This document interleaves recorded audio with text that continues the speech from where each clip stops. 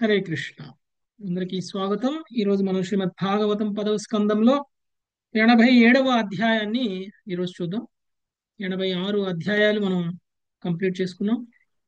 86వ అధ్యాయంలో శ్రీకృష్ణ భగవానుడు శృతదేవుడు మరియు బహుళాశ్వలని ఆ, దర్శించడం, తర్వాత ఒకేసారి రెండుగా విస్తరించడం ఋషులతో కలిసి, కృష్ణుడు వాళ్ళ నుంచి పూజలు అందుకోవడం, తర్వాత వాళ్ళు కీర్తిస్తే శ్రీకృష్ణ భగవానుడిని కీర్తించడం, ఆ తర్వాత శ్రీకృష్ణుడు వాళ్ళని ఉద్దేశించి మాట్లాడడం, ఇవన్నీ కూడా మనము చూసాము.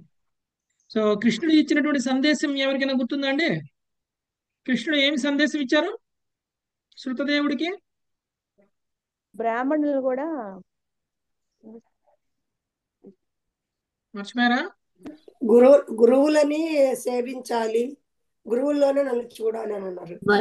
కృష్ణ వైష్ణవులని ఆరాధించాలి. ఖచ్చితంగా వైష్ణవ సేవయే శుద్ధ భగత్ సేవ వైష్ణవులకి అని సేవ చెప్పారు. చేయండి అని చెప్పి, భగవత్ శుద్ధ సేవ అని చెప్పారు. వైష్ణవులకి సేవ చేయండి, వాళ్ళకి అది సేవ భగవత్ చేస్తే సేవ. నాకు చేసినట్లే. నా అర్చా విగ్రహానికి సేవ చేస్తే ఎలాంటి లాభం అయితే కలుగుతుందో అదే లాభం శుద్ధ వైష్ణవులకి సేవ చేసినా కానీ కలుగుతుంది అనేటువంటి విషయం చెప్పారు. అలా చేస్తే ఏమవుతుందంట?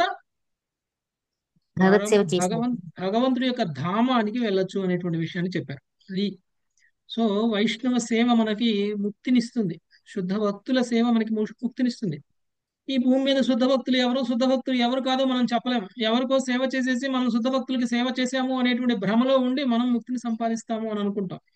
అందుకని శుద్ధ భక్తుడికి నిర్వచనం వాళ్ళు వీళ్ళు వాళ్ళలోను వీళ్ళలోను వెతుక్కోవడం కంటే చక్కగా గురువుని వెతుక్కోవాలి. గురువుకు మించిన శుద్ధ భక్తులు ఎవరు ఉండరు. ఎందుకు? గురువు వేల మంది శిష్యుల్ని తయారు చేసి శ్రీకృష్ణ భగవానుడి యొక్క పాదాల దగ్గరికి చేరుస్తారు. అలాంటి భక్తుడు మనకి ప్రామాణికమైనటువంటి భక్తుడు, అలాంటి భక్తుడు శుద్ధ భక్తుడు. అలాంటి గురువుని కనుక మనం పొందగలిగి ఆయనకి సేవ చేసుకోగలిగితే మనం అందరం కూడా ముక్తిని పొందినట్లే. రెండవది, సేవ ఎలా చేయాలి?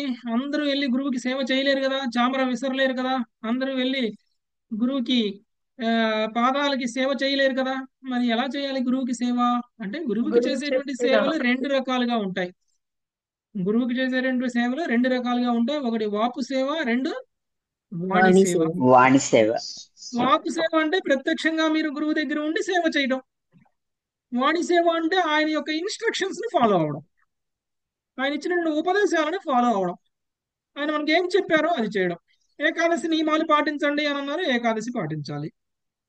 పుస్తకాలు వితరణ చేయమన్నారు, పుస్తకాలు వితరణ చేయాలి.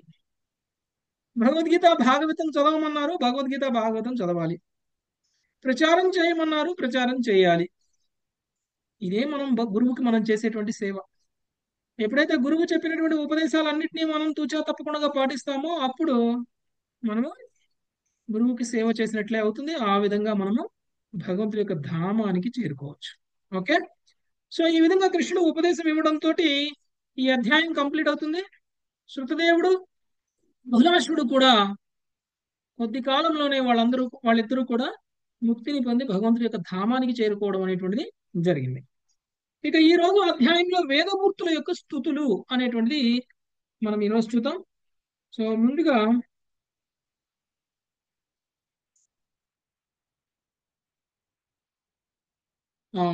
ప్రమీల మాతాజీ చదవండి, సారాంశం చదవండి.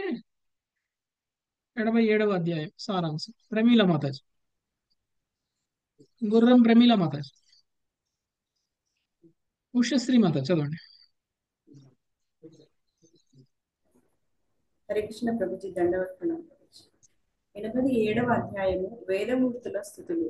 వేదమూర్తులు నారాయణుని సగుణ నిర్గుణ రూపములను కీర్తించని స్థుతులు ఈ అధ్యాయం నందు వర్ణితమైనవి.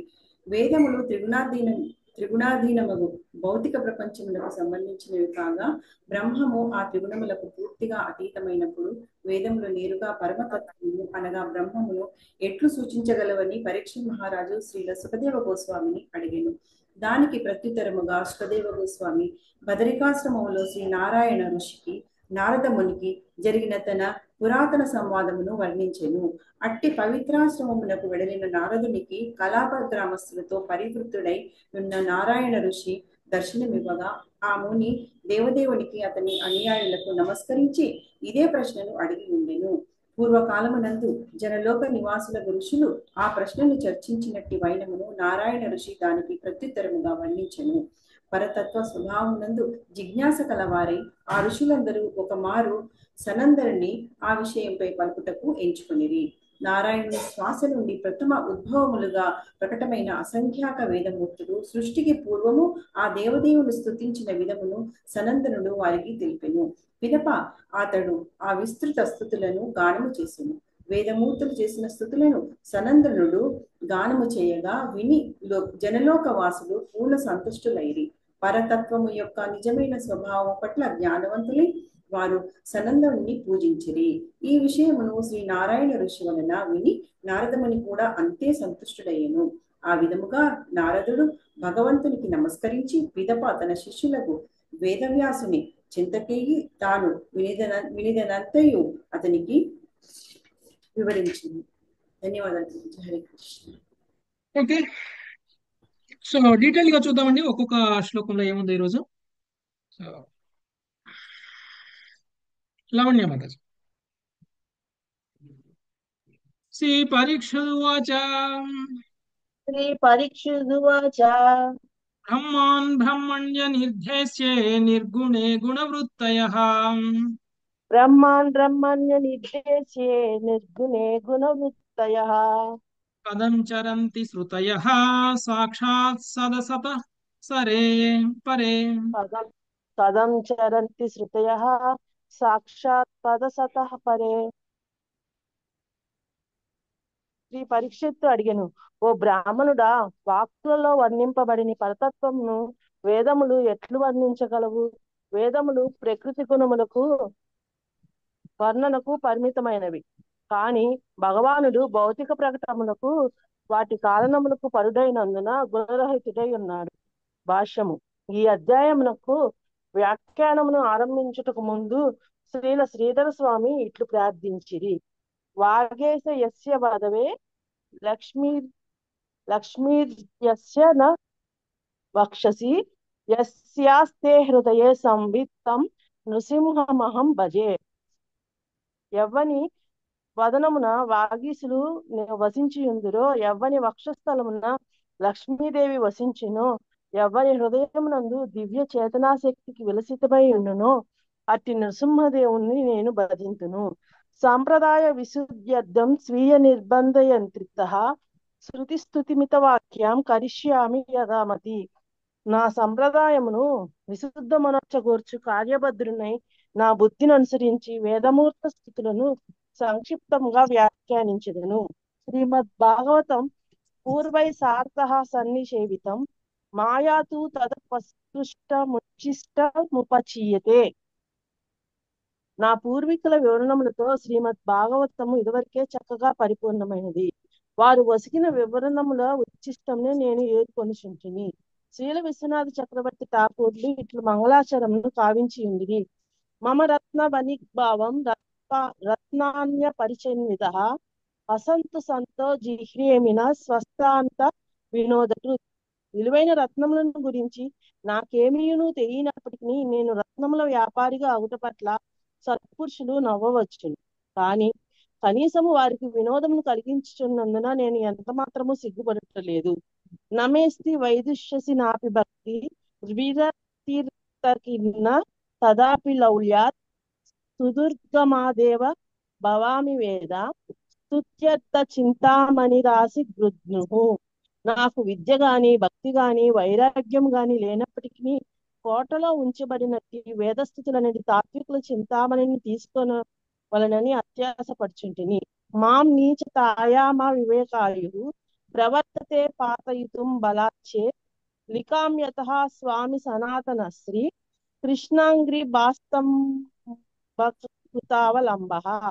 నా అధమస్థితిని గుర్తెరుగులేని వైఫల్యం అనేది అవివేక వాయువు నన్ను త్రోసి పడవేసడి ప్రమాదము ఎదురైనచో ఈ వ్యాఖ్యానమును రాసడి సమయంలో శ్రీధర స్వామి, సనాతన గోస్వామి, శ్రీకృష్ణుల దేదీప్యమానమగు పాదస్తంభములను గట్టిగా పట్టుకొనెదను. ప్రణమ్య శ్రీ గురుం భూయః శ్రీకృష్ణం కరుణార్ణవం లోకనాథం జగచ్చక్షు శ్రీసుఖం తముపాశ్రయే. నా గురుదేవునికి కరుణాసాగరుడకు శ్రీకృష్ణ భగవానునికి పదే పదే వందనము నొసుకుచు లోకరక్షకుడు జగత్తుకు చక్షు వంటి వాడైన శ్రీ సుఖదేవ గోస్వామిని నేను ఆశ్రయించుచున్నాను. గడిచిన అధ్యాయంను ముగించినప్పుడు సుఖదేవ గోస్వామి పరీక్షన్ మహారాజుతో ఇట్లు పలికియుండును. ఏవం స్వభక్తయో రాజన్ భగవాన్ భక్త భక్తిమాన్ ఉషిత్వాదిశ్య సన్మార్గం పునర్వార్వతిమగా. రాజా, ఈ విధంగా భక్తానురక్తులకు భగవానుడు సత్పురుషుల నడవడిని ఉపదేశించుచు శృతదేవ బహుళాశ్వులతో కొలతగాలము వసించెను.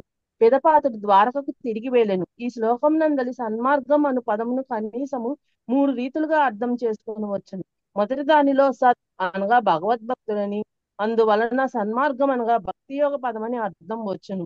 రెండవ దానిలో సత్ అనగా జ్ఞానాభిలాషి అని, తత్కారణంగా సన్మార్గమునకు తాత్విక జ్ఞాన పదమని అర్థం వచ్చును. దానికి నిరాకార బ్రహ్మమే లక్ష్యము. ఇక మూడవ దానిలో సత్ అనున్నది దివ్యవాణి అని, కనుక సన్మార్గం అనగా వేదదేశ పాలనా విధి అని అర్థము వచ్చింది. సన్మార్గమునకు గల రెండవ మూడవ వ్యాఖ్యానములే పరతత్వమును వేదములు ఎట్లు వర్ణించిన ప్రశ్నకు దారితీయును. శ్రీధర స్వామి ఈ సమస్యను పురాతన సంస్కృత కావ్య దృష్టిలో విస్తృతంగా విశ్లేషించి ఉండిరి. పదములకు 3 రకములైన శబ్ద వృత్తులు ఉన్నవని మనం తెలుసుకొనవలెను. ముఖ్య వృత్తి, లక్షణ వృత్తి, గౌణ వృత్తి అన్నట్టు ఇవి 3 రీతుల్లో పదము యొక్క అర్థము సూచించును. ముఖ్య వృత్తి పదము యొక్క మూలమగు శబ్దార్థము ఇది అభిధాయనియు పిలువబడును. ముఖ్య వృత్తి తిరిగి రూఢి మరియు యోగం అనేది 2 వర్గములుగా విభజింపబడెను. ప్రాథమిక అర్థము సాంప్రదాయకమైన వాడుకపై ఆధారపడినప్పుడు రూఢి అని పిలువబడును. కాగా శబ్ద లక్షణ నియమం ద్వారా వేరొక పదము యొక్క అర్థము నుండి గ్రహింపబడినప్పుడు అది యోగం అని పిలువబడును. ఉదాహరణకు గోవు అను పదము రూఢి అను దానికి ఉపమానం. ఎలయన శబ్దార్థంతో దాని సంబంధము కేవలం సాంప్రదాయకమైనది. ఇంకొక పక్క పాచక అను పదము యోగ వృత్తికి వివరణము. పచ్ ధాతువుకు ఖ అను ప్రత్యయమును జోడించుట ద్వారా ఆ పదము ఉత్పత్తి జరిగినది. ముఖ్య వృత్తితో పాటు పదము అలంకారికంగా కూడా ప్రయోగింపబడును. ఇట్టి ప్రయోగము లక్షణం అని పిలువబడును. నియమం ఏమనగా పదము యొక్క ముఖ్య వృత్తి ఒక ప్రసంగంలో అర్థం నిచ్చినచో దానిని అలంకారికంగా భావించరాదు. ముఖ్య వృత్తి పదము యొక్క అర్థమును ఇవ్వనప్పుడే లక్షణ వృత్తిని భావించడం తగును. లక్షణ వృత్తి కావ్య శాస్త్రములలో విస్తృత సంబంధములలో వివరించబడింది. శబ్దార్థమునకు ఏదో ఒక రీతిగా సంబంధించిన దానిని అది సూచించును. ఉదాహరణకు గంగాయాం ఘోష అను పదమునకు గంగా నదిలోని గొల్లపల్లె అని అర్థము. ఈ భావము అర్ధరహితము గనుక గంగాయం అను పదము ఇచ్చట దాని లక్షణ భావంతో గనగా గంగా నది తీరంలోని అని అర్థం చేసుకొనబడును. తీరము నదికి సంబంధించినదే కదా. గౌణ వృత్తి అనున్నది ఒక విశేష రకమైన లక్షణము. దాని యందు భావము సమానమైన దానికి అన్వయించబడును. ఉదాహరణకు సింహో దేవదత్త, దేవదత్తుడు సింహము అను వాక్యంలో వీరుడగు దేవదత్తుడు అతనికి గల సింహ గుణముల కారణమున అలంకారికంగా సింహమని పిలువబడింది. దీనికి విపరీతంగా సామాన్య రకము లక్షణ ఉపమానాలలో గంగాయాం ఘోష సంబంధము సమానతగాక ప్రదేశమై ఉండును. వేదవాక్కులు సక్రమమైన ఏ శబ్దవృత్తి చేతనైనా పరతత్వము నెట్లు సూచింపగలవని పరీక్షన్ మహారాజు ఈ 87వ అధ్యాయంలోని మొదటి శ్లోకంలోని సంశయమును వెలిబిచ్చియుండును. కథం సాక్షాత్చరంతి, ఎట్లు వేదములు రూఢ ముఖ్య వృత్తి ద్వారా నేరుగా బ్రహ్మమును వర్ణించగలవని అడిగాను. పరతత్వము అనిర్దేశ్యం అనగా నిర్దేశింపలేనిదని అర్థము. అయినచో గుణవృత్తి చేయను వేదములు ఎట్లు బ్రహ్మమును వర్ణింపగలవు? వేదములు గుణవర్ణనమయములు, కానీ బ్రహ్మము నిర్గుణుడు కనుక సమాన గుణము కలిగిన ఉపమానము గుణరహితమైన దాని విషయంలో అన్వయించదు. అంతేగాక బ్రహ్మము కార్యకారణములకు అతీతమని సదసతః పరం పరీక్షన్ మహారాజు తెలిపినాడు. భౌతిక ప్రకటము సూక్ష్మము గాని స్థూలం గాని దేనితోనూ సంబంధం లేనట్టి పరతత్వము యోగవృత్తి చే గాని లక్షణ వృత్తి చే గాని వివరింపబడదు. ఏలైనా ఇతరములతో బ్రహ్మమునకు సంబంధము ఈ రెండిటికి అవసరమగును. అందువలన వేదవాక్కులు ఏ విధంగా పరతత్వమును వర్ణింపగలవని పరీక్షన్ మహారాజు విస్మృతుడైన. హరే కృష్ణ ప్రభుజీ, ధన్యవాదాలు. ఓకే. సో మాక్సిమం విశ్వనాథ్ చక్రవర్తి ఠాకూర్లు చేసినటువంటి ప్రార్థన ఇవ్వడం అనేటువంటిది జరిగింది. ఎందుకంటే ఈ అధ్యాయానికి భాష్యం రాయడానికంటే ముందు విశ్వనాథ చక్రవర్తి ఠాకూర్లు ఏ విధంగా ఆయన ప్రార్థనలు చేశారు అనేటువంటిది తెలుసుకున్నాం. అయితే పరీక్ష మహారాజు అడిగినటువంటి ప్రశ్న ఏమిటి అని అంటే, వేదాల ద్వారా భగవంతుడు ఎలా నిర్వచింపబడతాడు, వేదాల ద్వారా భగవంతుడు ఎలా కీర్తింపబడతాడు, వర్ణింపబడతాడు అనేటువంటిది ఆయన ప్రశ్న. ఇందులో ఏముంది? అంత ఈజీ ప్రశ్న ఎందుకు అడిగారు? ఉం? ఇందులో ఏమైనా ఎందుకు అలాంటి ప్రశ్న అడిగారు? ఎందుకంటే బ్రహ్మము అంటే ఎవరండి? బ్రహ్మము అంటే భగవంతుడు నిరాకారం. బ్రహ్మము అంటే శాశ్వతమైనది. ఉం. బ్రహ్మము అంటే శాశ్వతమైనది, నశింపనది అనేటువంటిది బ్రహ్మము. అయితే బ్రహ్మము మన జీవులు కూడా బ్రహ్మాలే కదండి. జీవుడిని కూడా బ్రహ్మము అనొచ్చు. ఎందుకు? జీవుడు కూడా శాశ్వతమే కదా. ఎస్ ప్రభు. ఆత్మ ఆత్మ ఆత్మ బ్రహ్మము, పరమాత్మ బ్రహ్మము, నిరాకార బ్రహ్మం బ్రహ్మము, పరమాత్ముడు బ్రహ్మము, భగవానుడు బ్రహ్మము కదా. అయితే మరి ఏంటి అన్ని శాశ్వతమైనప్పుడు జీవుడికి మరి భగవంతుడికి ఉన్నటువంటి తేడా? ఆయన విభు ఆత్మ, వీడు అను ఆత్మ. ఉమ్. సే- భగవంతుడు నియామకంలో ఆయన ఉంటాడు ప్రభు జీవుడు. ఉమ్. ఆయన త్రికాలాల్లో ఉంటాడు. మన శరీరం మాత్రం వెళ్ళి తిరిగి వస్తూ ఉంటాం, జన్మ తీసుకుంటాం. ప్రాబ్లం ఏంటంటే జీవుడు గుణ ప్రభావంలోకి వచ్చినప్పుడు ఈ యొక్క భౌతిక విశ్వంతో ఎప్పుడైతే కాంటాక్ట్ లోకి వచ్చేస్తాడో జీవుడు, నేను శరీరాన్ని అని అనుకోవడం మొదలు పెడతాడు. అంటే ఈ భౌతిక విశ్వంలో నేను ఒక భాగము అనుకోవడం మొదలు పెడతాడు. కానీ భగవంతుడు అలా అనుకోడు. స్వయంగా భగవంతుడు ఈ భౌతిక విశ్వంలోకి వచ్చినా తను ఈ భౌతిక విశ్వంలో నేను ఒక భాగం, ఈ భౌతిక విశ్వంతోనే అంటే ఈ శరీరం ఏదైతే ఉందో అదే నేను అనుకునేటువంటి స్థాయిలో భగవంతుడు లేదు. అందుకనే భగవంతుడు గుణాతీతుడు, కానీ మనం గుణాలకి లోబడి ఉన్నాం. అందుకని మనల్ని ఏమంటారు? సగుణ బ్రహ్మము అని అంటారు. జీవుల్ని ఎస్ ఏమంటారు? ప్రభు. సగుణ సగుణ బ్రహ్మము అని అంటారు. భగవంతుడు కానీ భగవంతుడు నిర్గుణ బ్రహ్మ. నిర్గుణ బ్రహ్మము, నిర్గుణ బ్రహ్మము. సగుణ బ్రహ్మమైనటువంటి మనము నిర్గుణ బ్రహ్మానికి చేరడానికి మనం ఏదో ఒక యోగ ప్రక్రియని స్టార్ట్ చేయాలి. ఓకే. ఆ యోగ ప్రక్రియ ఏంటండి? భక్తి యోగం. భక్తి యోగం. ఎప్పుడైతే భక్తి యోగంలో ఉంటామో నిర్గుణ బ్రహ్మం సగుణ బ్రహ్మానికి సగుణ బ్రహ్మం నిర్గుణ బ్రహ్మానికి చేరుతుంది. ఈ నిర్గుణ బ్రహ్మంలో కూడా మళ్ళీ రెండు, నిర్గుణ బ్రహ్మంలో కూడా నిరాకార బ్రహ్మం, స్వయంగా సాకార రూపం. మన స్థాయిని బట్టి, మన అసోసియేషన్ బట్టి, మన సాంగత్యాన్ని బట్టి మనం ఎవరో ఒకళ్ళని చేరుకుంటాం. ఓకే. ఇక్కడ విషయం ఏమిటంటే వేదాలు ఎలా ఈ యొక్క నిర్గుణ బ్రహ్మాన్ని వర్ణించాయి?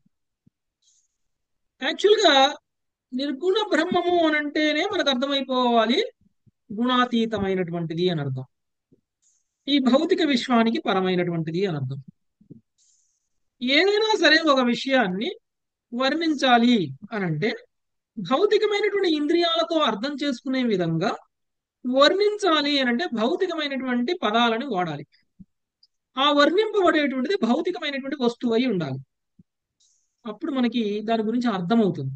ఎవరైనా ఏదైనా చెప్తే ఓకే పలానా వాళ్ళు ఇలా ఉంటారు, పలానా వస్తువు ఇలా ఉంటుంది, పలానాది ఇది, దాని గుణం అదే, దాని లక్షణం ఇది, దాని కర్మ ఇది అని చెప్పేసి వర్ణించాలి అని అంటే వర్ణించడానికి వాడేటువంటి పదాలు భౌతికం, ఆ వర్ణించేటువంటి వస్తువు భౌతికం, వర్ణించింది వినేటువంటి ఇంద్రియాలు భౌతికం.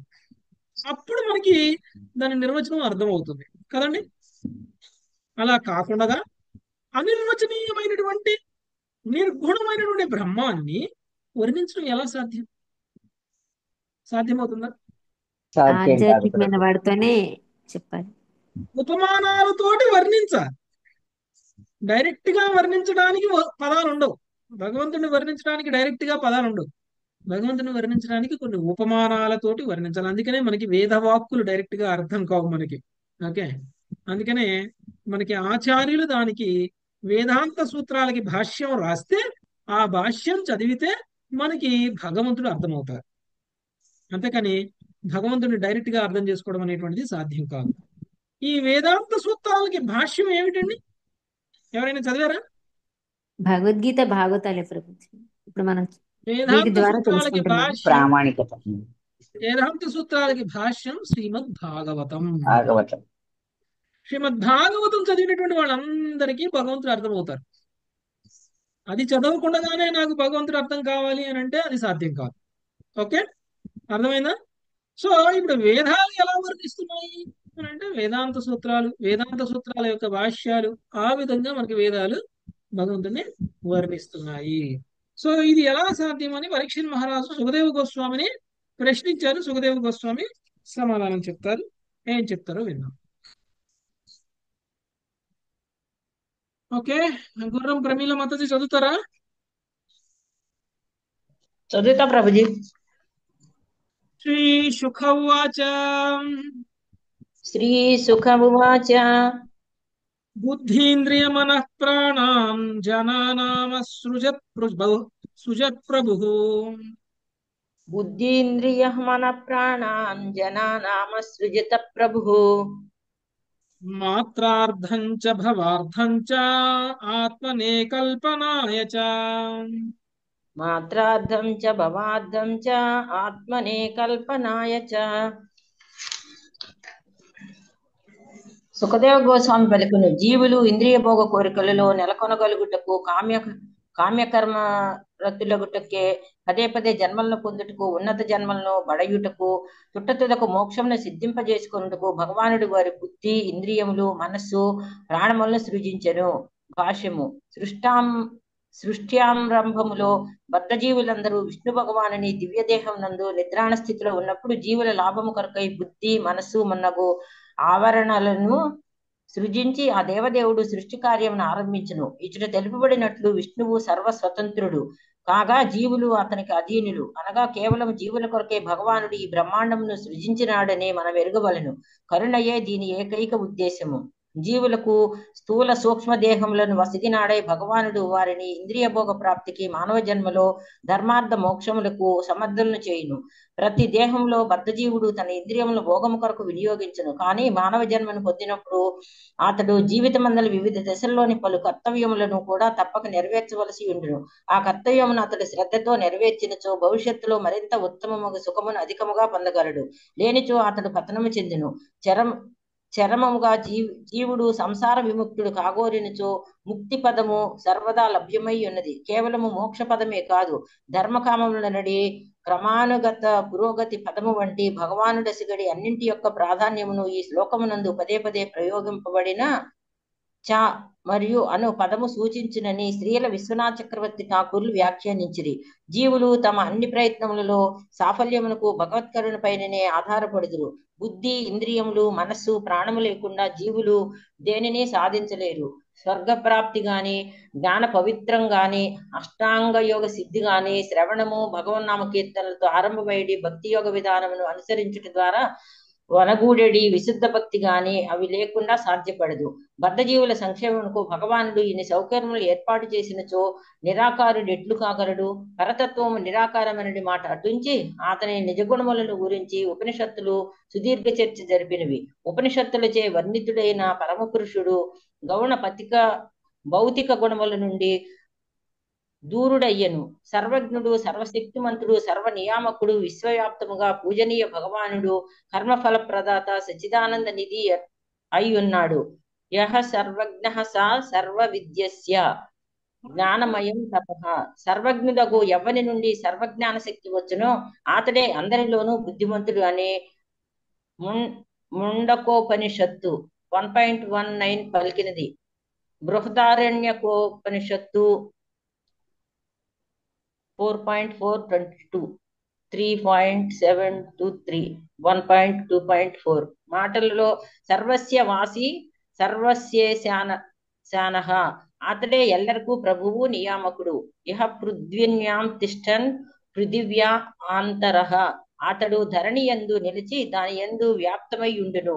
సోకామయత బహుశ్యాం తాను బహురూపిగా నయ్యదనని అతడు కోరుకొనెను. అట్లే ఐతరేయ ఉపనిషత్తులో 3.11 స ఏక్షత తత్తేజో సృజత. అతడు తన శక్తిని వీక్షించగా అది పిదప సృష్టిని ప్రకటము చేసెను అని తైత్తరీయోపనిషత్తులో 2.1.1. సత్యం జ్ఞానం అనంతం బ్రహ్మము అపరిమిత సత్యము జ్ఞానము అయ్యున్నాడు అని చెప్పబడినది. పరిమితులకు జీవునికి అతని సృష్టికర్తతో పూర్తి ఏకత్వమును ధ్రువపరచుటకు నిరాకారవాదులు తరచుగా తత్వమసి నీవే అది అను వాక్యమును ప్రస్తావించుచుందురు. శంకరాచార్యులు ఆయన అనుయాయులు ఈ వాక్యమును ఒకానొక మహావాక్య స్థితికి వేదాంతం యొక్క సారమును వ్యక్తం చేసేటి వాక్యములు చేర్చిరి. కానీ వైష్ణవ సాంప్రదాయములకు చెందిన ప్రముఖులు ఈ వివరములను పూర్తిగా నిరసించిరి. రామానుజులు, మధ్వాచార్యులు, బలదేవ విద్యాభూషణులు మున్నగు ఆచార్యులు ఉపనిషత్తులు ఇతర శృతుల అధ్యాయమును బట్టి అన్య వివరణము నొసగియుండిరి. వేదములు ఎట్లు నేరుగా పరతత్వమును సూచించగలవనడి పరీక్షిత్ మహారాజు ప్రశ్నకు సుఖదేవ గోస్వామి బద్ధజీవుల కొరకు భగవానుడు బుద్ధిని ఇతర తత్వములను సృజించను అని పలికి సమాధానం ఒసగను. ఈ సమాధానము అసమంజసమని సందేహగ్రస్తుడు అభ్యంతరము తెలుపవచ్చును. కానీ శ్రీల విశ్వనాథ చక్రవర్తి ఠాకూర్లు వివరించినట్లు సుఖదేవ గోస్వామి సమాధానము వాస్తవముగా సమంజసమై ఉన్నది. సూక్ష్మమైన ప్రశ్నలకు సమాధానములు సాధారణముగా పరోక్షముగా చెప్పబడును. పరోక్షవాద ఋషయ పరోక్షం మమచ ప్రియం.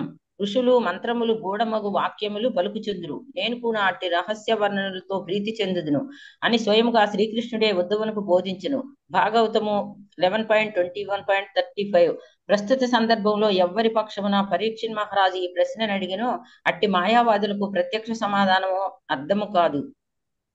అందువలన శ్రీల సుఖదేవ గోస్వామి పరోక్ష సమాధానము ఇట్లసగను. బ్రహ్మమును వాక్కులలో వర్ణించలేమని నీవు పలికితివి. కానీ భగవానుడు బుద్ధి మనసు ఇంద్రియములను సృష్టించి యుండనిచే శతాబ్ది ఇంద్రియార్థములు బ్రహ్మం వల్లనే వర్ణనాతీతములై ఉండేటివి. పుట్టుక నుండి నీవు గుడ్డివాడివి, చెవిటివాడివై ఉండేటివాడివు. భౌతిక రూపములు శబ్దములు నీకు తెలిసి ఉండేటివి కావు. ఇక పరతత్వం మాట చెప్పునదేమన్నది కనుక రూప శబ్దాది అనుభూతులను అనుభూతమనర్చుకొని ఇతరులకు వివరించుటకు దయాళువగు భగవానుడు మనకు సర్వశక్తులు నొసగినట్లుగా బ్రహ్మమును అనర్చుకొనుటకు గల శక్తిని ఎవరికో ఒకరికి తప్పగా వసగగలడు. వాక్కులు సాధారణ వస్తువులకు, గుణములకు, వర్గములకు, కర్మలకు సాధారణ సూచకములు అగుటతో పాటు అసాధారణ రీతిలో అవి పనిచేయునట్లు అతడు తలచినచో పరమసత్యమును ఆ వాక్కులు వెల్లడి చేయగలవు. అతడు సర్వశక్తిమంతుడైన భగవానుడు ప్రభువు. వర్ణింపనలవి కాని దానిని అతడు సులభముగా వర్ణనీయము కావింపగలడు. పరతత్వము వేదవాక్కుల వలన తెలియబడునని మత్స్య భగవానుడు సత్యవ్రతునితో పలికియుండెను. మదీయం మహిమానం చ పరం బ్రహ్మేతి శబ్దితం వేత్సస్యనుగ్రహీతం మే సంప్రస్వైర్వివ్రతం హృది. నీవు నాచే సంపూర్ణముగా ఉపదేశితుడైన అనుగ్రహమును బడయగలవు. నీ ప్రశ్నలచే పరబ్రహ్మ శబ్దితమగు నా మహిమను మీ హృదయం నందు ప్రకటితమగును. ఆ విధముగా నీవు నన్ను గురించి సమస్తము నెరుగగలవు. భాగవతము 8.24.38. భగవదనుగ్రహంచే దివ్య జిజ్ఞాసువైన అదృష్ట భాగుడగు జీవుడు పరబ్రహ్మ నైజమును గురించి ప్రశ్నలను అడుగును. వేదవాంగ్యములో పొందుపరచబడిన ఋషుల సమాధానములను విని అతడు భగవానుని యథారూపముగా తెలుసుకొనును. ఈ విధముగా కేవలం పరమ పురుషుని విశేష కరుణ చేతనే బ్రహ్మము శబ్దితము శబ్దములచే నిరూపితము అగును. లేనిచో భగవంతుని విశేషానుగ్రహము లేనప్పుడు వేదవాక్కులు పరతత్వమును వెల్లడి చేయలేవు. ఈ శ్లోకమునందు సుఖదేవ గోస్వామిచే పలుకుబడిన బుద్ధి ఎను పదము మహాతత్వమును సూచించునని శ్రీల విశ్వనాథ చక్రవర్తి ఠాకూరులు పలికిరి. దాని నుండి ఆకాశం యొక్క పలు విస్తారములు శబ్దాదులు ఉత్పన్నమగును. అవే ఇచ్చట ఇంద్రియములను చెప్పబడినవి. అప్పుడు మాత్రార్థం అనున్నది బ్రహ్మమును వర్ణించుటకు దివ్య శబ్దమును ఉపయోగించు నిమిత్తమని అర్థమునిచ్చును.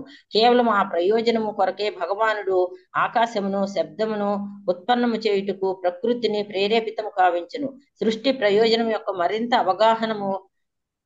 అవగాహనము భావార్థం ఆత్మనే అకల్పనాయకు బదులుగా కల్పనాయ అని చదివినచో అను పదములచే చెప్పబడినది. భావార్థమనగా జీవుల మంచి కొరకని అర్థము. ఆత్మనే అర్చనము కల్పనం ద్వారానే జీవులు తామెందులకు ఉన్నారో అట్టి దివ్య ప్రయోజనమును నెరవేర్చగలరు.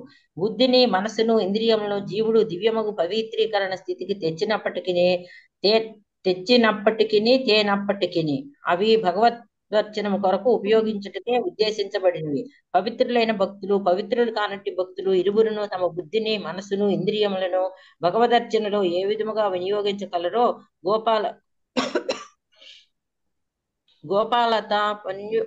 గోపాలత పన్యుపనిషత్తు ఈ క్రింది శ్లోకంలో చెప్పబడినది. సత్పుండరీక నయం మేఘాభం వైద్యుతాంబరం ద్విభుజం మౌనం ముద్రాఢ్యం వనమాలినమీశ్వరం. ద్విభుజ రూపంలో ప్రకటమైన భగవానుడు దివ్య పద్మాక్షుడై ఉన్నాడు, మేఘశ్యాముడై ఉన్నాడు. అతని వస్త్రములు మెరుపును పోలియున్నవి. అతడు వనమాలను ధరించి ఉన్నాడు. మౌనముద్రచే అతని సౌందర్యము ఇనుమడించుచున్నది. పరిపూర్ణ భగవద్భక్తులు ఆధ్యాత్మిక బుద్ధి ఇంద్రియములు ఆ దేవదేవుని విశుద్ధ ఆధ్యాత్మిక శోభను చక్కగా తెలుసుకొనగలవు. వారి అనుభూతులే గోపాలతాపని శృతిలో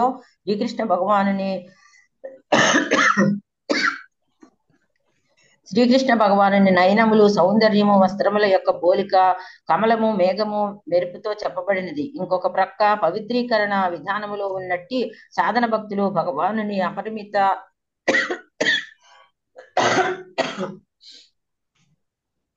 ఆధ్యాత్మిక శోభను అత్యల్పముగా అనుభూతి మనర్చుకొని ఇందురు. అయినని ఈ గోపాలతాపనిషత్తులోని శ్లోకము వంటి దానిని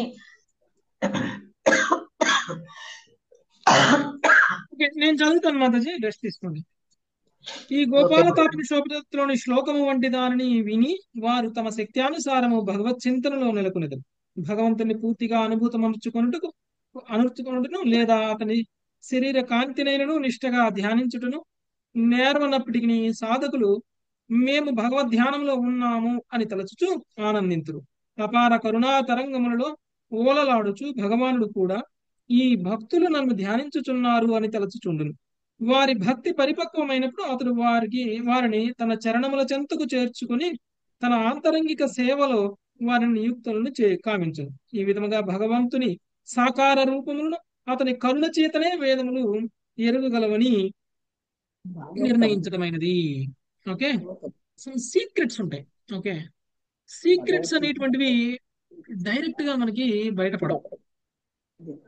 ఆ సీక్రెట్ ని మనం తెలుసుకోవాలి అని అంటే దానికి మన మీద భగవంతుడి యొక్క కరుణ ఉండాలి. ఓకే, భగవంతుడి యొక్క కరుణ ఉన్నప్పుడు కొన్ని రహస్యాలు అనేటువంటివి బయటపడతాయి. అయితే ముఖ్యంగా ఈ శ్లోకంలో మనకి సుఖదేవ గోస్వామి ఏమని చెప్తున్నారు అని అంటే, ఈ జీవుడు ఇంద్రియ భోగ కోరికలతోటి శరీరాన్ని తీసుకుని ఈ జీవుడు ఇంద్రియ భోగాలను అనుభవించడం కోసం భగవంతుడు ఈ భౌతిక సృష్టిని ఏర్పాటు చేశారు. ఈ భౌతిక సృష్టిలోకి ఈ జీవుడిని పంపించి జన్మ మృత్యు జరా వ్యాధి చక్రంలో పడేశారు. ఇలా జన్మ మృత్యు జరా వ్యాధి అనేటువంటి చక్రంలో పడేయడం వల్ల అనేక జన్మలు తీసుకొని ఏవైతే కోరికలతోటి వచ్చామో ఈ భౌతిక విశ్వంలోకి ఆ కోరికలన్నింటినీ తీర్చుకునేటువంటి ఒక ఏర్పాటుని భగవంతుడు చేశారు. ఇలాగా పదే పదే జన్మలు తీసుకోవడం వల్ల సాధ్యమవుతుంది. ఈ చక్రంలో మనం ఉంచడం వల్ల జన్మ మృత్యు జరా వ్యాధి చక్రంలో మనం ఉంచడం వల్ల భగవంతుడు మనల్ని కోరికల నుంచి ముక్తులను చేసేటువంటి ఒక ఏర్పాటు చేసినట్లు. ఒక జన్మలో కోరికలు తీరకపోతే ఇంకొక జన్మలో తీర్చు, ఇంకొక జన్మలో తీర్చకపోతే ఇంకొక జన్మలో తీర్చుకో. ఒక కోరిక తీరిన తర్వాత ఏమైపోతుందండి, మనకి విరక్తి వస్తుంది కదా. భౌతికమైనటువంటి కోరికలు తీరితే ఏమవుతుందండి, వైరాగ్యం. ఆ కోరిక తీరకపోతే మళ్ళీ పుడతాం మనం. ఓకే, ఇంకా కొన్ని కొత్త కోరికలు వస్తే మళ్ళీ పుడతాం మనం. ఎప్పుడైతే ఈ యొక్క ఏర్పాటు భగవంతుడు ఎలా చేశారంటే, భగవంతుడి కృపతోటి వేదవాక్యాలని మనం అర్థం చేసుకునే స్థాయికి కనుక మనం వచ్చినట్లయితే భక్తులు ఎవరైనా శుద్ధ భక్తులు మనకి ఆ వేదవాక్కులని ఎక్స్ప్లెయిన్ చేయగలిగితే ఉపనిషత్తుల యొక్క సహాయంతో కనుక వేదవాక్కులను కనుక మనకి ఎక్స్ప్లెయిన్ చేయగలిగినట్లయితే అప్పుడు మనం ముక్తి మార్గంలోకి వెళ్తాం. ముక్తి జరిగితే ఏమవుతుంది, ముక్తి జరిగితే మళ్ళీ ముక్తి రెండు రకాలుగా చెప్తున్నారు. ముక్తి నిరాకార బ్రహ్మాన్ని చేరుకోవడం, ముక్తి భగవంతుడి యొక్క ద్విభుజ రూపానికి సేవ చేసేటువంటి స్థితికి వెళ్ళడం, ఇది కూడా ముక్తి. భగవంతుడి యొక్క ధామానికి వెళ్ళగలగడం. అయితే ఎవరైతే ఈ వేదవాక్కులలో చెప్పబడినటువంటి విధంగా మనం గనక భగవంతుడి పరతత్వాన్ని అర్థం చేసుకోవాలి అనేటువంటి ప్రయత్నం గనక చేసినట్లయితే, ఈ భౌతిక విశ్వంలోకి వచ్చినటువంటి మనము భౌతికమైనటువంటి ఇంద్రియాలతోటి మనము భగవంతుడు పరతత్వమైనటువంటి భగవంతుణ్ణి అర్థం ఎందుకు చేసుకోలేమంటే, ఈ భౌతిక తత్వాలతో కూడి ఉన్నటువంటి ఇంద్రియాలు భౌతిక తత్వాలనే పూర్తిగా అర్థం చేసుకోలేవు. ఇక పరతత్వాన్ని ఎలా అర్థం చేసుకుంటాయి? సాధ్యమేనా? కష్టం. కళ్ళతోటి సాధ్యం కాదు ప్రభు. మనం చూసిన ప్రతిదాన్ని అర్థం చేసుకోగలుగుతామా? చెవులతోటి లేదు. మనం విన్న చేయలేం ప్రతిదాన్ని ప్రభు. అర్థం చేసుకోగలుగుతామా? కొంతవరకు మాత్రమే. ఈ చెవులతోటి, కళ్ళతోటి, ముక్కుతోటి, నోరుతోటి, శరీరంతో మనము ఈ తత్వాలకు సంబంధించినటువంటి భౌతిక తత్వాన్ని మనం అర్థం చేసుకోలేనప్పుడు, ఈ భౌతిక తత్వానికి పరమైనటువంటి పరతత్వాన్ని అర్థం చేసుకోవడం ఎలా సాధ్యమవుతుంది? ఉం? గురు ముఖంగా అది స్వీకరిస్తారు. సాధ్యం కాదు, మనకి సాధ్యం కాదు. మనకి ఆ పరతత్వాన్ని తెలిసినటువంటి వేదాలను మనం అర్థం చేసుకోగలగాలి. అందుకని వేదాలు కూడా డైరెక్ట్ గా పరతత్వం గురించి పూర్తి జ్ఞానాన్ని ఇచ్చేవి, నిగూఢంగా ఉంచుతాయి. దాన్ని ఎవరైతే ఆచార్యులు ఆ వేదాలని అర్థం చేసుకుని ఉన్నారో ఆ ఆచార్యులు ఎవరై ఉండాలి? వాళ్ళు మళ్ళీ వాళ్ళు ఈ పరంపరలో భౌతిక ఉండవాలి. పరంపరలో తత్వాలకి ఉన్న ప్రామాణిక గురువు. ఈ భౌతిక తత్వాలకి పరమైనటువంటి వాళ్ళు అంటే ఎవరు? వాళ్ళు ముక్త జీవులు. ముక్త జీవులు వ్యాసుడు లాంటి వాళ్ళు, సుఖదేవ గోస్వామి లాంటి వాళ్ళు, లేకపోతే మధ్వాచార్యులు లాంటి వాళ్ళు, శ్రీ చైతన్య మహాప్రభువు లాంటి వాళ్ళు, ఇలాంటి వాళ్ళు చెప్తే అది ప్రామాణికమవుతుంది వేదాల గురించి. ఓకే, భౌతికమైనటువంటి గుణాల ప్రభావంలో ఉన్నటువంటి వ్యక్తులు వేదాల గురించి వర్ణిస్తే అది మనకి మాయావాదం అవుతుంది కదండి. అది మనకి మాయావాదం అవుతుంది. పరతత్వం గురించి మనకు అర్థం కాదు. గుణ ప్రభావంలో లేనటువంటి పరతత్వాన్ని అర్థం చేసుకున్నట్లుగా గుణ ప్రభావంలో ఉన్నటువంటి వాళ్ళు అర్థం చేసుకోలేరు. కాబట్టి గుణ ప్రభావంలో ఉన్నటువంటి వ్యక్తి వేదాలను చదివి ఎక్స్ప్లెయిన్ చేసినా మనకి పరతత్వం గురించి అర్థం కాదు. అందుకనే మనం మహా అయితే నిరాకార బ్రహ్మం వరకు చేరుకుంటాం. ఆ నిరాకార బ్రహ్మము నిజమైనటువంటి పరతత్వమైనటువంటి ద్విభుజ రూపంలో ఉన్నటువంటి శ్రీకృష్ణ భగవానుడి యొక్క దేహకాంతి. ఓకే, అంతవరకే చేరుకోగలుగుతాం. అక్కడ దాకా చేరుకున్నటువంటి మనము ఒకవేళ శుద్ధి పొంది ఉన్నట్లయితే భగవంతుడు మన మీద కరుణ చూపించి భగవంతుడి యొక్క నిజమైనటువంటి ద్విభుజ రూపతత్వాన్ని అర్థం చేసుకునేటువంటి అవకాశాన్ని మనకి కల్పిస్తారు. అప్పుడు ఏం జరుగుతుందండి? మనము ఆ శ్రీకృష్ణ భగవానుడి యొక్క సేవలో ఉండిపోతాము. ఓకే, అది నిజమైనటువంటి ముక్తి అంటే, అత్యుత్తమమైనటువంటి ముక్తి అంటే అది మనకి ఎక్స్ప్లెయిన్ చేస్తున్నారు. కాబట్టి భౌతికమైనటువంటి పదాలతోటి భౌతికమైనటువంటి వ్యక్తులు భౌతికమైనవి కూడా సరిగా అర్థం చేసుకోలేరు. కాబట్టి పరతత్వాన్ని అర్థం చేసుకునే ప్రశ్నే లేదు. Okay, right. నెక్స్ట్ 3వ శ్లోకం. ఇందుమతి మాతాజీ. సైషాహ్యుపనిషద్బ్రహ్మి పూర్వేషాం పూర్వజైర్ధృతాం సైషాహుపనిషద్బ్రాహ్మి పూర్వేషాం పూర్వజైర్ధృతా శ్రద్ధయా ధారయేద్యస్తాం క్షేమం గచ్చేద కించనః. శ్రద్ధయా ధారయేద్యస్తాం క్షేమం గచ్చేద కించనః. మన పూర్వుల కన్నను పూర్వజనులు ఈ రహస్యమైన పరతత్వ జ్ఞానమునే ధ్యానించి ఉండిరి. నిజముగా ఈ జ్ఞానమును శ్రద్ధతో ధ్యానించువాడు భౌతిక ఆసక్తి నుండి విడిపడి జీవిత చరమ లక్ష్యమును పడయగలడు. భాష్యము. పరతత్వ సంబంధమగు ఈ రహస్య జ్ఞానమును ఎంత మాత్రము సందేహించరాదు. ఏలయనా ఇది ప్రామాణిక ఋషి పరంపరలో అనంతకాలము నుండి వచ్చుతున్నది. సకామ కర్మలు మానసిక కల్పనమనడి విభ్రాంతులను విడిచి ఆదరముతో ఈ బ్రహ్మజ్ఞానము సాధన చేయువాడు దేహము, సంఘం వంటి విద్యా ఉపాధులను నేర్చి పూర్ణత్వమును పడయుటకు యోగ్యుడగును. శ్రీల విశ్వనాథ చక్రవర్తి ఠాకూర్ల అభిప్రాయం అనుసరించి ఈ అధ్యాయం నందు మొదటి 2 శ్లోకములను బ్రహ్మ విషయకమగు ఉపనిషత్తుగా భావింపవచ్చును. ఈ ఉపనిషత్తు పూర్వము నారదునిచే పలుకబడినందులను నారదుడు దానిని సనకుని నుండి వినియున్నందులను సుఖదేవ గోస్వామి ఇతడు తాను రచయితనని చెప్పుకొనలేదు. హరే కృష్ణ ప్రభు. ఓకే, మన పూర్వుల కంటే కూడా పూర్వజులు అంటే ఏం చెప్తున్నారు ఇక్కడ? పరంపర గురించి చెప్తున్నారు. ఓకే, పరంపర గురించి. పరంపర గురించి మాట్లాడుతున్నారు. ఎవరండి అన్మ్యూట్ చేసుకుని ఉన్నారు? భారతి మాతాజీ, రవీందర్ ప్రభు దయచేసి మ్యూట్ చేసుకోవాలి.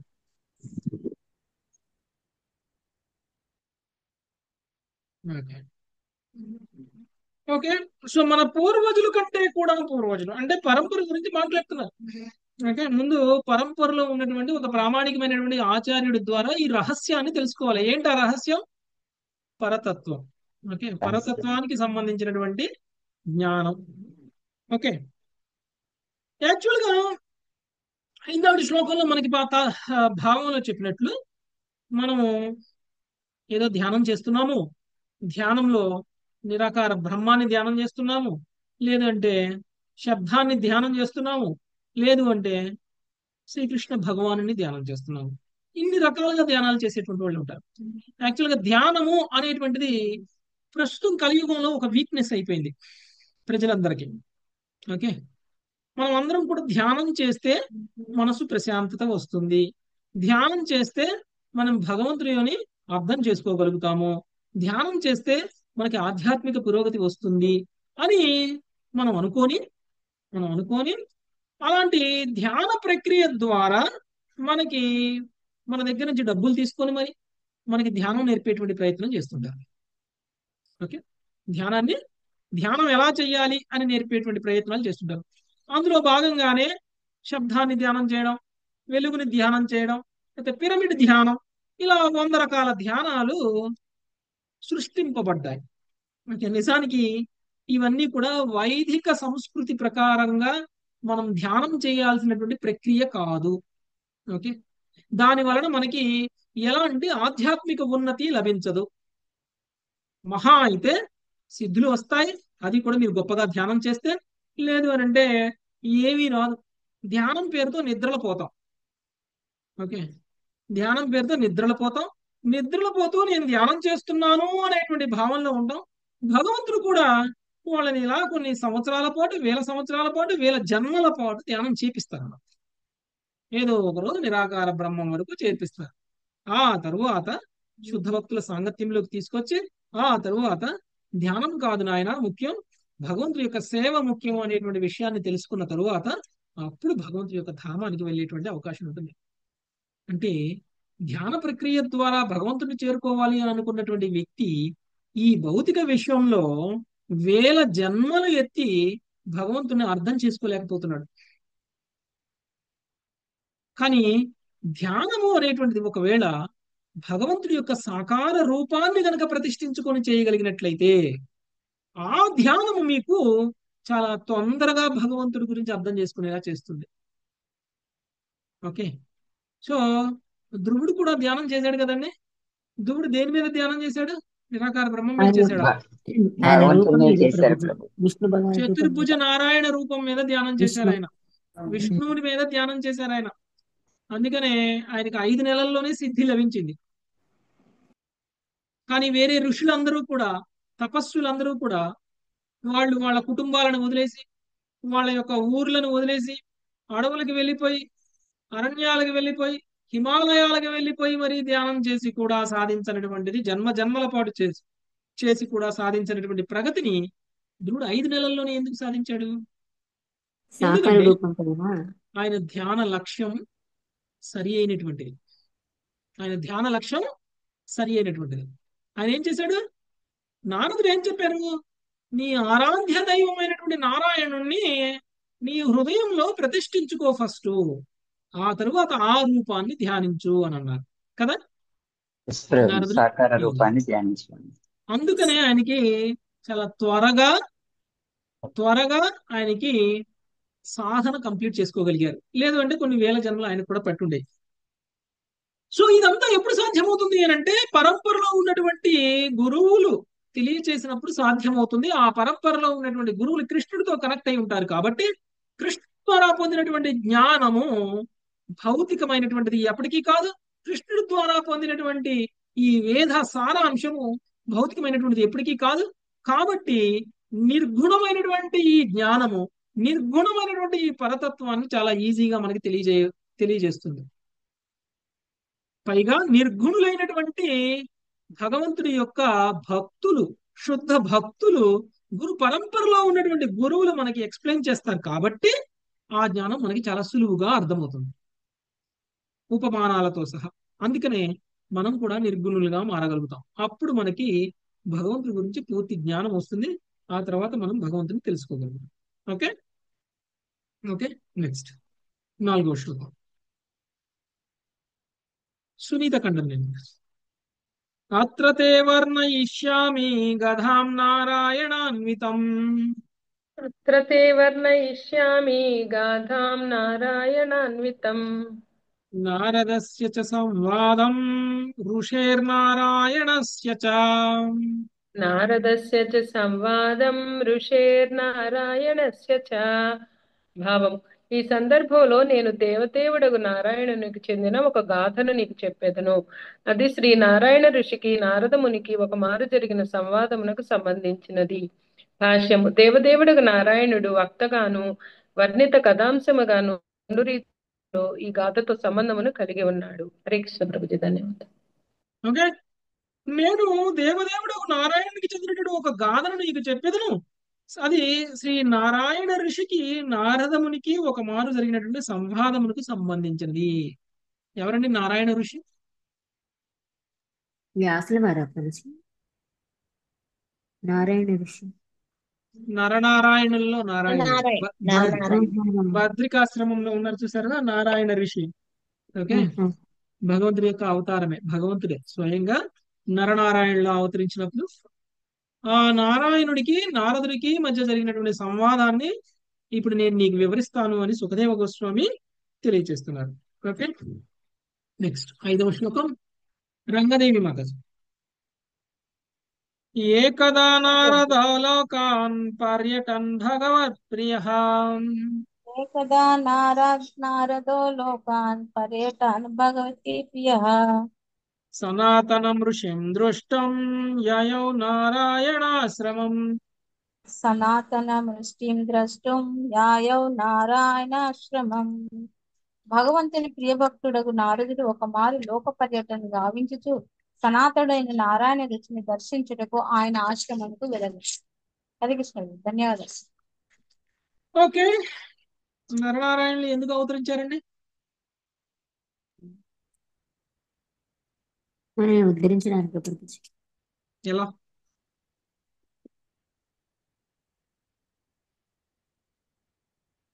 నరనారాయణులు మనకి తపస్సు ఎలా చేయాలి అనేది నేర్పడానికి వచ్చారు. ఆయన తపస్సే కదా చేశారు, ధ్యానమే కదా చేశారు. నరనారాయణులు 1000 సంవత్సరాల పాటు ధ్యానం చేశారు.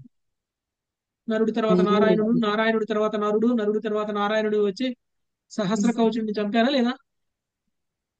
స్టోరీ తెలియదు ప్రభుజీ. సహస్ర కవచుడి స్టోరీ తెలియదా? ఇంతకుముందు చెప్పారు ప్రభుజీ. సహస్ర కవచుడు అంటే కర్ణుడు. కర్ణుడు ఇంతకు ముందు జన్మలో ఒక రాక్షసుడు, సహస్ర కవచుడు. ఆ జన్మలో ఆయన సూర్యదేవుడికి తపస్సు చేసి సూర్యదేవుడిని ప్రసన్నం చేసుకొని 1000 కవచాలను పొందారు. ఆ 1000 కవచాలను తొలగిస్తే తప్ప ఆయన ఎవరైనా సరే చంపలేరు, లేకపోతే ఆయన అమరుడే. ఒక్కొక్క కవచాన్ని తొలగించాలంటే ఆ తొలగించాల్సినటువంటి వ్యక్తి 1000 సంవత్సరాల పాటు తపస్సు చేసినటువంటి తపోఫలాన్ని పొంది ఉండాలి. అంటే ఎవరైనా సరే ఒక 1000 సంవత్సరాలు తపస్సు చేస్తే సహస్ర కవచుడి యొక్క ఒక కవచాన్ని తొలగించగలుగుతారు. మరి 1000 కవచాలను తొలగించాలంటే ఎన్ని వేల సంవత్సరాల పాటు తపస్సు చేసి ఉండాలి?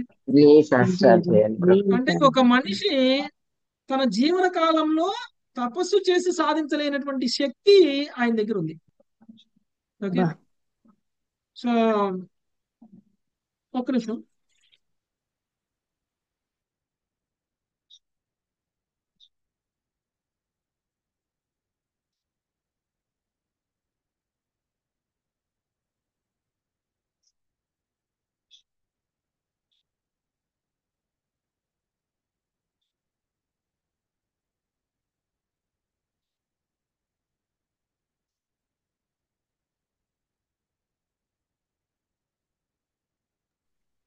విధంగా సహస్ర కవచము అనేటువంటి అసురుడిని చంపడానికి భగవంతుడు నరనారాయణలా అవతరించారు.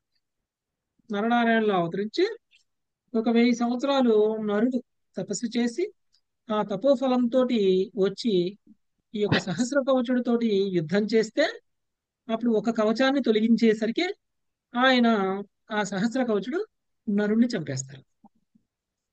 అప్పుడు ఈ 1000 సంవత్సరాల పాటు నరుడు సహస్ర కవచుడితో యుద్ధం చేస్తున్నటువంటి సమయంలో నారాయణుడు తపస్సు చేస్తున్నారు. అంటే ఒక 1000 సంవత్సరాలు తపస్సు చేసి వచ్చి 1000 సంవత్సరాలు యుద్ధం చేస్తే ఒక కవచాన్ని తొలగిస్తాం.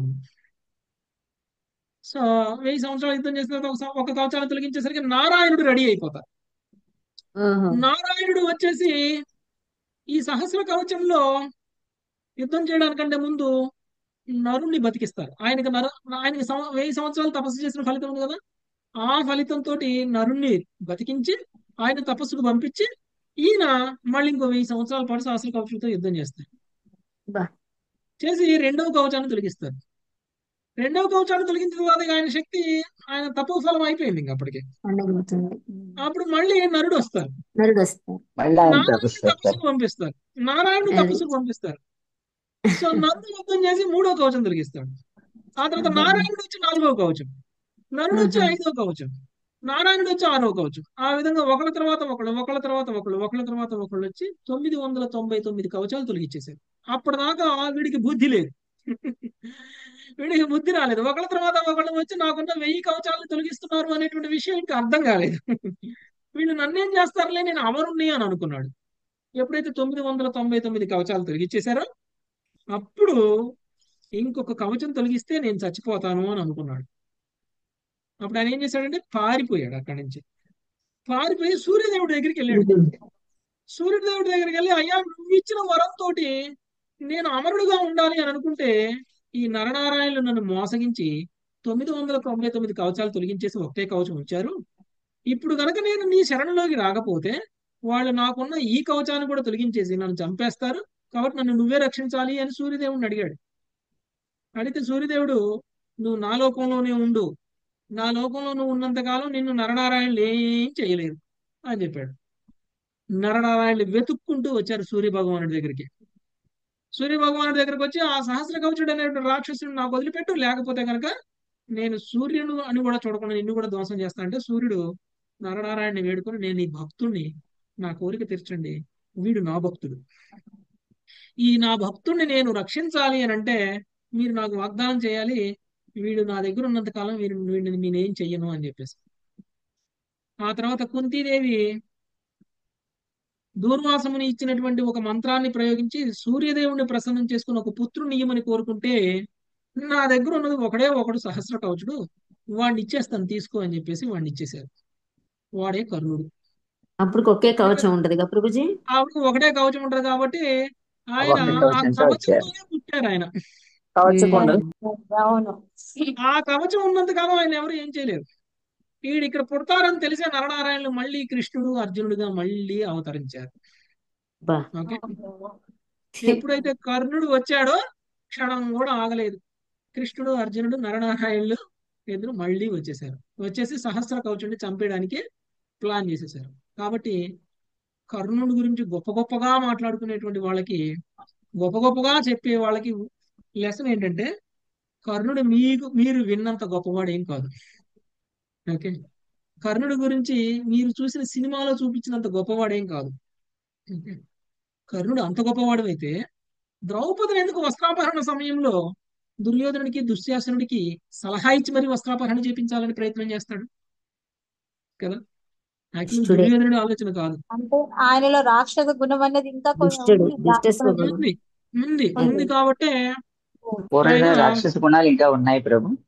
ఉన్నాయి కాబట్టి మనకి కేవలం ఆయన గురించి, ఆయన యొక్క దానగుణం తప్ప ఏం తెలియదు. దానగుణములు ప్రతి ఒక్కడు భగవంతుడు ఏమైపోడు, లేదా దానగుణములు ప్రతి ఒక్కడు సాధువు ఏమైపోడు. ఓకే, దానగుణం ఉన్నటువంటి ప్రతి ఒక్కరు పూజనీయులేం కాదు. భగవంతుడు భక్తులు కానంత వరకు పూజనీయులు కారు. అందుకని అర్జునుడు తెలుసుకోగలిగాడు శ్రీకృష్ణుడి యొక్క గొప్పతనాన్ని, కానీ కర్ణుడు తెలుసుకోలేకపోయాడు శ్రీకృష్ణుడి యొక్క గొప్పతనాన్ని. ఓకే, పక్కన శ్రీకృష్ణుడు ఉన్నా కానీ శ్రీకృష్ణుడికి శరణాగతి పొందలేకపోయాడు కర్ణుడు. కాబట్టి ఇదంతా కూడా భగవంతుడు రచించినటువంటి లీల. ఈ లీలలో కర్ణుడు చావాలి అంటే ఇప్పుడు చస్తాడు. తెలిసింది ప్రభు కర్ణుడి గురించి. లేకపోతే చాలా గొప్పగా అనుకున్నాం. క్లియర్ అయింది. థ్యాంక్ యూ ప్రభు. దానవీర సూర కర్ణ చూసి కృష్ణుడిని అర్జునుడిని విలన్ అనుకోని కర్ణుడిని హీరో అనుకుంటారు మీరు. Yes Prabhuji. Yes Prabhuji correct. ఇప్పుడు క్లియర్ అయిపోయింది. నరనారాయణ గురించి కూడా బాగా తెలుసుకున్నాం ప్రభుజీ. అంత ముందు సరిగ్గా స్టోరీ ఇప్పుడే విన్నాం ప్రభుజీ, చాలా బాగుంది. సో రాక్షసుడు అయిపోయింది. సో ఈ నారదుడు ఈ నారాయణుడికి మధ్య జరిగినటువంటి సంవాదంలో ఉన్నటువంటి స్టోరీ ఏదైతే ఉందో ఆ స్టోరీని మనకి సుఖదేవ గోస్వామి వినిపించబోతున్నారు. ఓకే, ఈ అధ్యాయం ఇంతటితో ఆపుదాం. ఈ రోజు క్లాస్ ఇంతటితో ఆపుదాం మాతాజీ. మిగిలిన క్లాస్ మనం రేపు చెప్పుకుందాం. రేపు యాక్చువల్ గా క్లాస్ ఉండదు మాతాజీ, మేము పానీహట్టి వెళ్తున్నాము కాబట్టి పానీహట్టి సండే కదా ప్రభు. సండే కూడా ప్రభుజీ, సండే కూడా సండే కదా ప్రభు. అవును కదా, రేపు సండే సండే సండే మళ్ళీ మనం రేపు కాకుండా క్లాసు ఎల్లుండి చెప్పుకుందాం Mataji. Thank you very Monday much. Hare చెప్తాం కృష్ణ. ప్రభు. మంచి ప్రభు హరే యశ కృష్ణ. కృపా సింధు సింధుభ్యేవచ పతితానాం పావనేభ్యో పావనేభ్యో వైష్ణవేభ్యో హరే నమో కృష్ణ నమః. హరే కృష్ణ కృష్ణ కృష్ణ హరే హరే హరే హరే రామ రామ హరే రామ రామ రామ హరే హరే. హరే హరే. థ్యాంక్ యూ ప్రభు. కృష్ణ ప్రభుజీ, ధన్యవాదాలు.